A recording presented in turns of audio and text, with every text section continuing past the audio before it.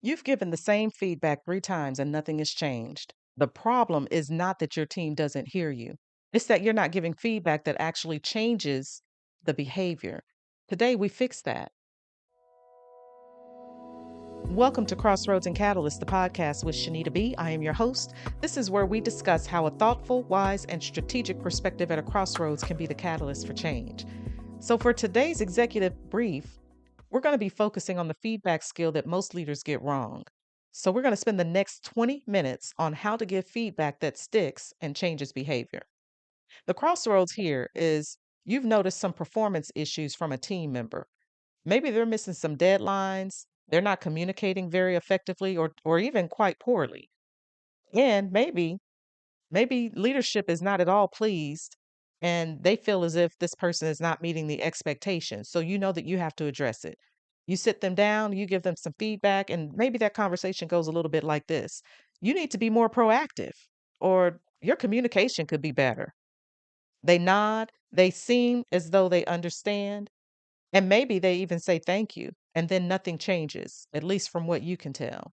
So you give them the feedback again and you remind them about the earlier conversations that you had. The problem now is that you're frustrated and they're confused, and the performance issue continues, and the team is now being impacted by this. And what I can tell you is that all of this is driven by a lack of awareness and accountability. And it's not just on the part of the team member, you play a role in this as well. And if you've listened to this show for any length of time, then you know that I beat the drum on awareness. And I was recently reading a book, and this book was not even in relation to leadership, but it had something that I think is very relevant. In this book, it says specifically behavior change becomes dramatic when we pass through the stages of awareness to conviction and reach the point where our consciences are changed. People have to be made aware, but in order for them to be made aware of something, someone has to address it to call it out to them. And this is where you step in. And this is why you're listening. So, for sure, you're in good company. And because part of what I'm here to do is to make you aware of things about which you may not be even aware. And I want to assist you with taking ownership of your career. So, feedback challenges that you're facing, I want you to share those with me. Okay, what other topics would you like to hear? So, I want you to click the link in the description for the Crossroads Spotlight because this is going to give us an opportunity to hear from one another so that you can provide some insight to me. And also be sure to follow the show and share it with another leader who might need to hear this. Because when you support me and give me feedback, it's going to help me to give you more relevant leadership strategies on a weekly basis. Jumping back in, who does this particular executive brief affect? Any leader who's given feedback that did not yield the intended results. Anyone who is avoiding giving feedback because it doesn't seem to work, or maybe you're just tired of having the same conversation repeatedly. So, the stakes in this particular instance, when your feedback doesn't change behavior, 3 things happen. The performance problem persists, your credibility erodes because your words don't have impact, and your team learns that feedback from you is just noise that they can ignore. It's no different than the white noise in the background. Nobody notices it. So, eventually, your good performers start wondering, why are you tolerating this bad behavior? So, let's get to the root issue. If your feedback isn't changing behavior, the problem is your feedback. I'm going to say that again. If your feedback isn't changing behavior, the problem is your feedback.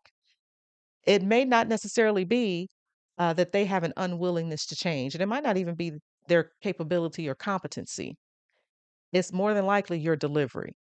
Most feedback fails because it's vague, it's emotional, or it's focused on the person instead of the behavior. So I'm going to give you 5 things, 5 or 6 things as to why most feedback fails. Mistake number one, you give feedback to a group rather than the individual. And I think we can all recognize this because we've all seen it play out. You either receive some group email or you're sitting in a team meeting and a specific behavior is announced as something to avoid, and rather than speaking directly to the person who is actually performing that behavior, and everybody generally knows who that is, you're saying it to the group as if that's going to matter and it's as if that's going to change anything. Well, all you did was give them an excuse not to change the behavior because it just went over their head and it didn't help anyone. So, mistake number two, you're too vague. When you say things like be more proactive, what does that actually mean? You have a specific thing that you have in mind, but because you haven't shared that and stated it, the other person is kind of left confused. And so, if they don't have uh, a specific example and they can't visualize it, they can't change it. They can't change the behavior. Mistake number three, you focus on character, not behavior. This would be something like this. You're not a team player versus you didn't share the project update.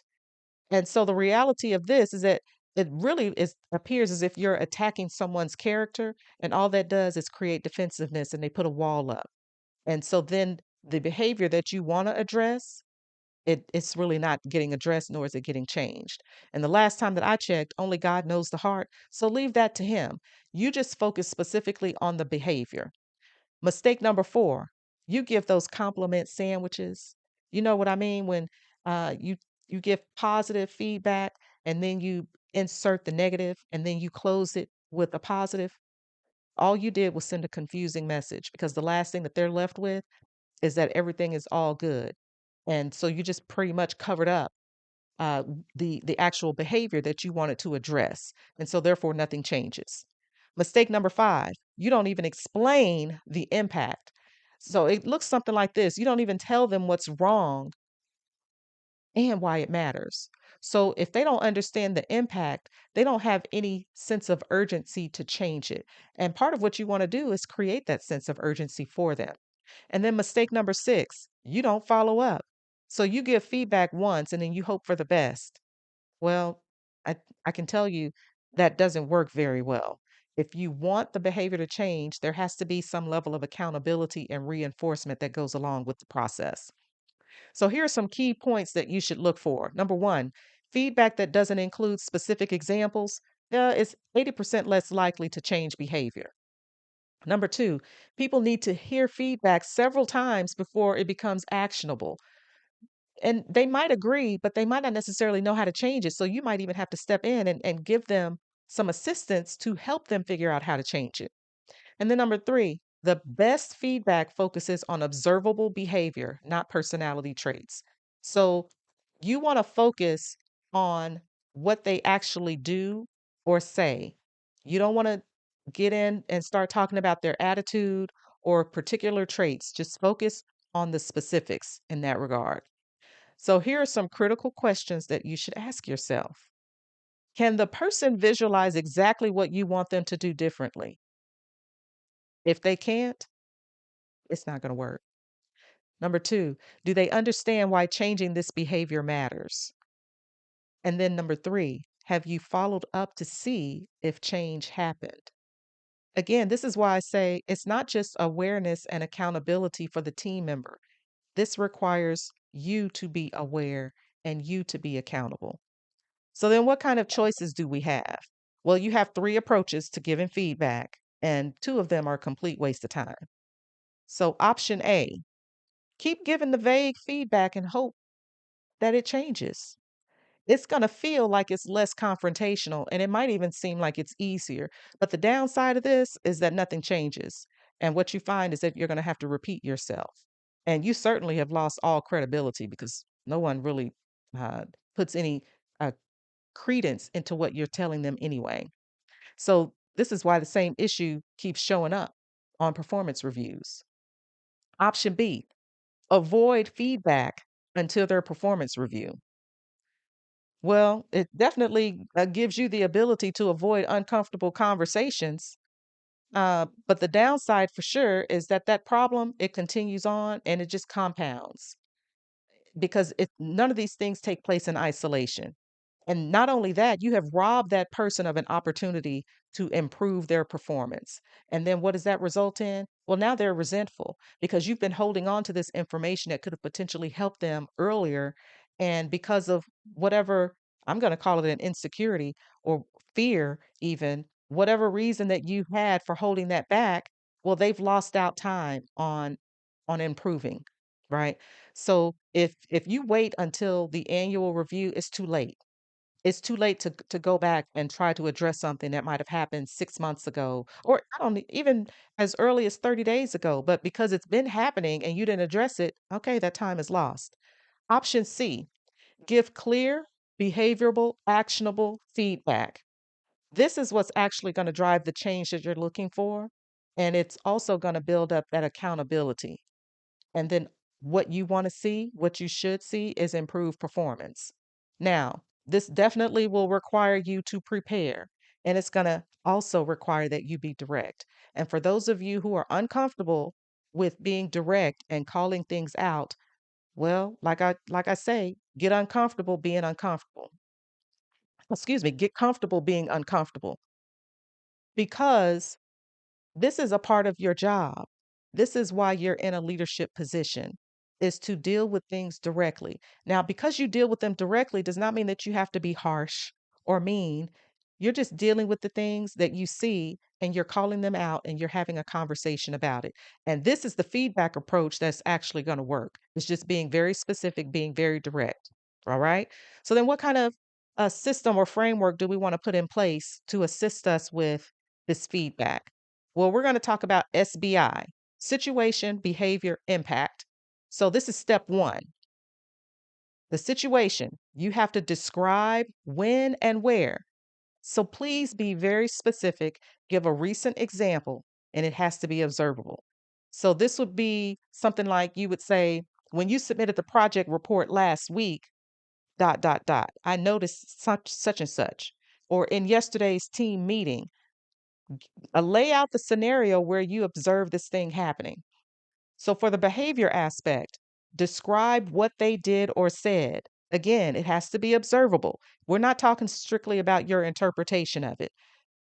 Leave that out for now. Just focus on the observation. And it would look something like this. You interrupted Sarah twice while she was presenting her report, dot, dot, dot. Or the report, I noticed that the report was missing uh, some information in the financial analysis section.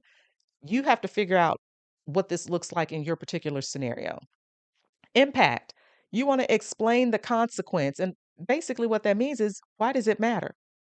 So, when you left out this information in the report, it delayed our ability to make a decision because we didn't have that important information. So, I'm going to give you a couple of examples. One example of feedback that is vague, one example of feedback that is clear. Here's the vague one. You need to be more professional in meetings. Think about that. Has anyone given you feedback and you were just kind of wondering, well, what exactly do you mean by being professional? That now you have to start defining terms. Here's an example of clear feedback. In yesterday's meeting, you interrupted John 3 times while he was presenting. And what it did is it disrupted the flow of the meeting. And it also didn't give everyone the opportunity to hear the full presentation so that they could really formulate the questions that they might have had. Do you see the difference? I hope that you do. So consider this and figure out how you can incorporate this into your process. So, step two, you have to check for understanding. Do not assume that they understand what you said. Ask them questions. What is your understanding of what I just shared? Or how do you see the situation? Or do you think that I assessed it fairly or accurately? Do that, okay? It shows that you're open to understanding what really took place if, in fact, your assessment is incorrect. Step three, collaborate on solutions. Do not just tell them what to do. You want to engage them and be collaborative where applicable. Okay, so ask them a question such as, what would you do differently next time? Or what kind of support do you need from me in order to make this change? How can I assist you? You don't want to just put it on them and just turn away from it. Step four, set clear expectations and timelines. You want to be specific about what success looks like. Okay. So then you could say something like, going forward, this is what I anticipate seeing from you. And then describe whatever that new behavior is and let them know that you're going to check back in a couple of weeks to assess the progress. And be sure to document the conversation. Even if it's not something that you think is going to escalate to another level, you still want to document it because you need that information in the event that you do have to address it again. Step 5, follow up consistently. This is where your feedback fails, okay? Because you have refused to follow up. You want to acknowledge any improvement that they make and you want to do so immediately. And because that lets them know that you actually are paying attention and that it mattered in the first place. And if you notice that there is a regression, that they're falling back into their old habits, you want to address that as quickly as possible too. And don't just leave it to one conversation. Follow up like you said that you would. And let me add this caveat to this because we need to be aware that anytime we're dealing with providing people with feedback, especially if it's something that may be perceived as negative, this is what's going to help you. This framework that I just provided to you, but not everyone is going to be receptive to it. You might get pushback from certain employees, and you probably already know who they are, but it doesn't mean that you don't address it anyway. I had a colleague recently share with me that she had a team member who sent an email to a C suite executive, and the C suite executive was immediately offended because this was a passive aggressive email. So she sent the email to the leader. The leader read the email and recognized exactly what the C suite exec did, that this was passive aggressive and that it was inappropriate for that team member to send that email. This is a low level employee who sent it. But when she addressed it and she addressed it directly, he pushed back and basically said, no, that's not passive aggressive. I disagree, and was really unwilling to change his behavior. Well, it's not one of those things where you just immediately rush people out the door, but she recognizes at this point that this might have to be escalated. So be prepared in those instances, but recognize that if you have a process and a system in place, then you can go through your process and you can deal with it. And whatever deviations might occur along the way, well, at least you have a process in place as to how you're going to handle these types of things. And then you just continue to escalate it according to your organization's policies. So, then what kind of feedback implementation do we want over the next 30 days? Week 1, identify one behavior that you may need to address and prepare using the SBI format that I just outlined for you. Week number 2, deliver the feedback using the full framework. Week number 3, follow up to acknowledge progress or to address continued issues. Week number 4, repeat this with the next feedback opportunity. Okay, you want to build the habit. And this is dependent of course, upon the type of work and the level of employee, because an entry level employee is going to have a different skill set than that 15-year veteran on your team. But if you're interacting with them and you're providing them feedback and you're being direct and specific about that, it will be easier for you and it will be helpful to them. So, here, how can you recognize that you've been successful? Well, you'll actually see behavior changing. So, consider that a win. And here's another way: people can clearly articulate what they need to do differently after having a conversation with you. That's effective communication. And here's another one: your team will now see you as someone who helps them improve. You can take a victory lap on that one because that's gold. If you have a team that is working for you and they recognize that you are there to assist and help them to improve, yeah, you that is gold. And you get a gold star for that one. And so what is our executive summary? How do we summarize this? Bottom line is that feedback does not change behavior if it's not observable. And the only thing that you're doing at that point is you're just complaining. You're just blowing hot air. So be specific, focus on behavior, explain the impact, and be sure to follow up. What is our risk level for this? Well, I think that this is pretty high because leaders who can't give effective feedback, they can't build high performing teams. And that's really what it is that you want. You want a team that can take care of business without you micromanaging them, that is open to feedback, they're open to learning things, and they also need a leader who can do the same. So your decision timeline is this week. If there is feedback that you have been avoiding, prepare it using this framework. It will help you. And again, that's my goal. So the next episode is we're going to talk about 5 signs that your workplace has gone toxic and what leaders can do about it. And we're going to get into some of the specifics as to some of the warning signs that you can spot that will help you to identify that before the culture collapses. I appreciate that you stuck it out with me and listening to today's podcast. And if this has been helpful, and I trust that it has, be sure to subscribe and share the episode. And don't forget to leave me a review. And as a reminder, be sure to click the link for the Crossroads Spotlight segment so that we can highlight some of your challenges and victories so that we could potentially share those on future episodes. Just think about this. Great feedback, it is a gift, but it's only a gift if it's clear enough to actually use. So make your next feedback conversation one that is important and one that counts. Until next time, be thoughtful, be wise, be strategic. And remember, crossroads reveal who you are, catalysts shape who you become. Every decision matters, so make it count. See you next week for your next executive brief.